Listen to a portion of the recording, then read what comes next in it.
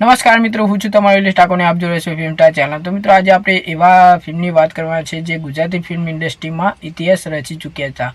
અને ફિલ્મની વાત કરીએ તો મિત્રો ઘણી બધી ફિલ્મો જે છે અત્યારે 2026માં ચાલી જ રહી છે અને જૂની ફિલ્મો પણ એટલે કે ઓલ્ડ ફિલ્મો પણ અત્યારે ટ્રેન્ડિંગમાં ચાલી રહી છે। જે પહેલાંના જમાનાની ફિલ્મો હોય, 2001ની ફિલ્મો હોય, 1998ની ફિલ્મો હોય, એ અત્યારે સિનેમાઘરોમાં ફરી એકવાર રિલીઝ થવા જઈ રહી છે। જેમ કે મિત્રો મૈયરમાં મન નથી લાગતું જે ફિલ્મ છે તમે જાણતા હશો કે 2001ની બનેલી ફિલ્મ જે છે ફરી એકવાર સિનેમાઘરોમાં આવી ચૂકી છે। અને સાથે મિત્રો હવે બીજી ફિલ્મની ડિમાન્ડ કરી રહ્યા છે હિતિનભાઈ કનોડિયાની, જેનું નામ છે દેશ રે જોયા દાદા પરદેશ। આ ફિલ્મ પણ 1998માં આવી હતી ને આ ફિલ્મે પણ એ વખતે ધૂમ મચાવી હતી।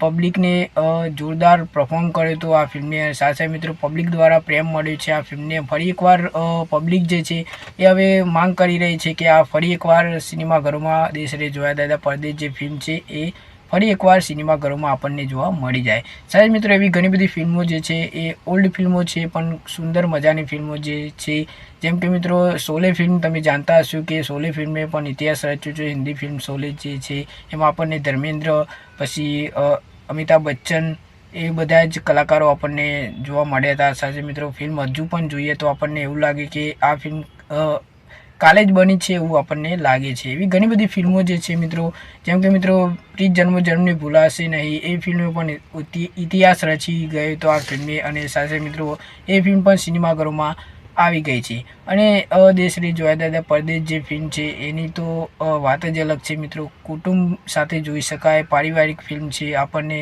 ખૂબ મજા આવે ફિલ્મ જોવાની। મેં પણ ઘણી વાર હું એ પણ જોઈ છે આ ફિલ્મ, યુટ્યુબ ચેનલમાં જોઈ છે, ટીવીમાં જોઈ છે। ઘણી બધી ફિલ્મો જે છે મિત્રો જૂની ફિલ્મો હોય આપણને મજા આવે છે જોવાની। અને મિત્રો વાત કરી લઈએ તો તમે કઈ ફિલ્મ જોવા માગો છો સિનેમાઘરોમાં તો કોમેન્ટ કરીને અવશ્ય જણાવજો। સાથે મિત્રો વાત કરી લઈએ તો એવી ઘણી બધી ફિલ્મો જે છે એ આપણને દિલમાં લાગી જાય, મજા આવે આપણને જોવાની। નરેશભાઈ કનોડિયાની ફિલ્મ છે જેમ કે જોડી રહેજો રાજ, એ ફિલ્મ પણ સિનેમાઘરોમાં આવી જોઈએ।